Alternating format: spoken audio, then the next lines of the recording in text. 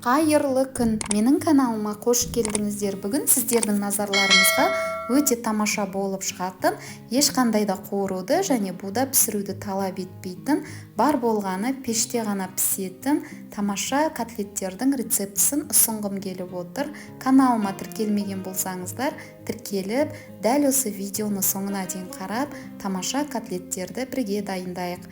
Ең алдымен ыдысымызға фаршымызды салып алдық. Үстінен блендердің көзінен өткізілген пияз бен сарымсағымызды қостым және суда алдын ала жібітіп алған нанды салдым.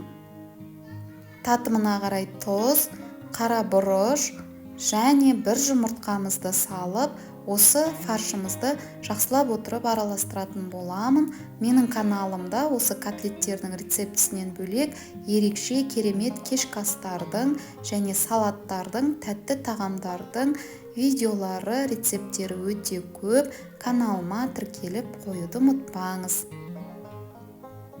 Дәл осылай араластырып алғаннан кейін осы фаршты ыдыс ішінде 2-3 мәрте ұрып алатын боламыз. Осымен біздің фаршымыз дайын. Келесі кезекте осы фарштарымыздан котлеттерімізді жасаймыз және противенге бірден салып, дәл осылай үстінен аз-маз басып шығатын боламын.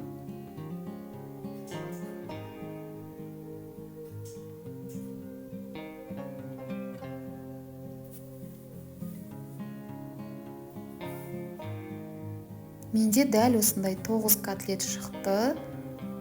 Котлеттеріміз дайын. Келесі кезекте осы котлеттеріміздің үстінен пюре жасап қоятын боламыз. Ол үшін картопты алдын ала пісіріп, езіп және үстінен татымына қарай тұз, сүт, сармай қосып араластырып алдым. Осы пюреден дәл осылай котлеттерді жасап, фарштың үстінен қойып шығатын боламын.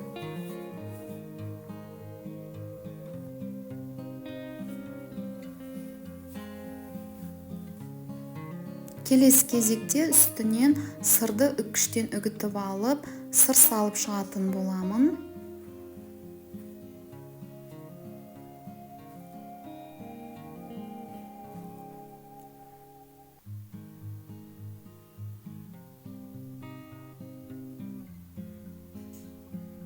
Сырымыздың барлығын салып болғаннан кейін соус дайындайтын боламыз.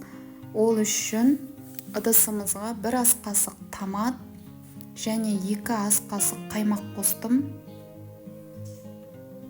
Татымына қарай тұз қосамын және 1 кесе толы суды 2 бөлікке бөліп құйып, жақсылап отырып соусымды араластырып аламын.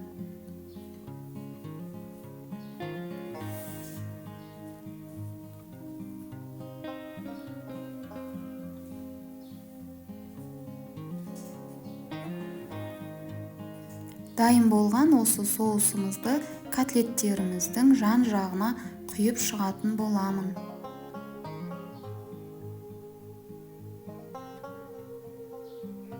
Және осы котлеттерімізді алдын ала қыздырылған пеште тек қана астыңғы режимде 40 минут уақыт аралығында 180 градуста пісіріп алдым. Өте ерекше, тамаша котлеттеріміз дайын. Үстінен петрушканы турап, дәл осылай салып шықтым. Бұл өздеріңіздің қалауларыңызға қарай салып шығуға және салмай қоюға да болады.